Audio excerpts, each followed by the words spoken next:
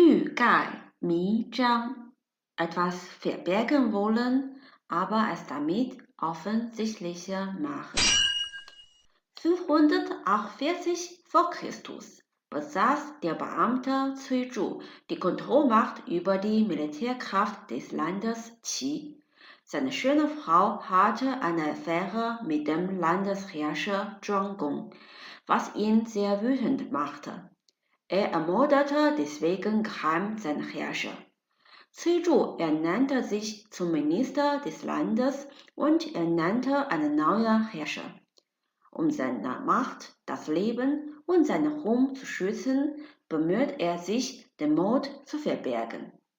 Er ging mit einem Schwert zu den sogenannten Geschichtsbeamten, der für die historische Auszeichnung des Landes verantwortlich war, und befahl: Schreiben Sie, dass der alte Herrscher an Krankheit verstorben ist, statt von mir ermordet worden zu sein. Nein, ich muss die Wahrheit datieren, antwortete er und schrieb auf das Dokument: Cui Zhu ermordete den Herrscher. Cui Zhu wurde sauer und brachte ihn um. Aus der Tradition jener Zeit übernahm der zweitälteste Bruder Teil den Posten des Geschichtsbeamten. Cui Zhu zwang den zweiten Beamten ebenfalls und brachte ihn wegen dessen neuerlichen Ablehnung um. Dasselbe passierte auch bei dem dritten Beamten. Als der vierte Geschichtsbeamte bzw. der jüngste Bruder der Familie ins Amt kam, drohte Cui Zhu ihn mit den Leichen der letzten drei. Er sagte: Ihre drei Brüder wurden von mir ermordet. Haben Sie keine Angst?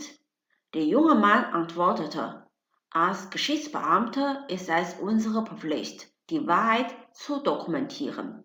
Und er schrieb erneut auf: Cui Zhu ermordete den Herrscher. Cui Zhu wurde bewusst, dass er unmöglich die Dokumente verfälschen konnte und gab schließlich auf. Fast alle Bürger des Landes hatten anfänglich keine Ahnung von der Todesursache des Herrschers. Da Cui Zhu drei Geschichtsbeamten in Folge umgebracht hatte, wurde sein Verbrechen aber offensichtlich und landesweit bekannt. Von seinen Bürgern und in der Geschichte wurde und wird er ewig als ein heimtückischer Funktionär angesehen. Das Idiom 欲盖弥彰, etwas verbergen wollen, aber es damit offensichtlicher machen, beschreibt das Phänomen, dass die Wahrheit oft noch offensichtlicher wird, weil man sich bemüht, den begangenen Fehler oder das Verbrechen zu verbergen.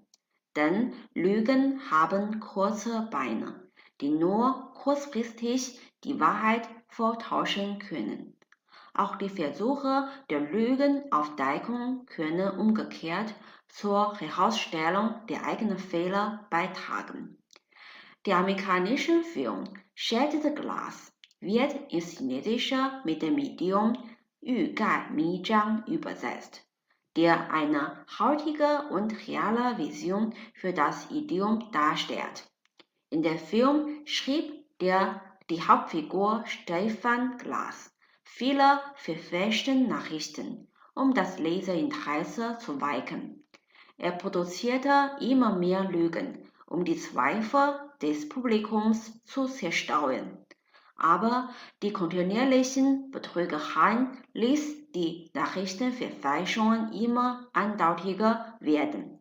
Am Ende hat er nicht nur seine journalistische Karriere für immer ruiniert, sondern auch das Vertrauen seines alten Arbeitgebers vernichtet. Im realen Leben kann sich ein kleines Individuum bis zu einer großen Gesellschaft ähnlich verhalten wie Cui Zhu und Stefan Glass, wenn sie Fehler begehen. Zum Schutz der eigenen Interessen, der Autorität, der gespürten perfekten Erscheinung etc. fehlt es vielen Leuten an Mut, selbst begangenen Fehler gegenüberzustehen. Sie bilden hingegen immer mehr Lügen oder sogar Sünden, um den Fehler zu verdecken. Aber je mehr Lügen erzählt werden, desto mehr irrationale und unlogische Details können vorkommen. Ein Fehler ist wie eine bösartige Krebszelle. Wird es nicht rechtzeitig erkannt und behandelt, kann es sich immer vermehren und immer größere Schaden anrichten.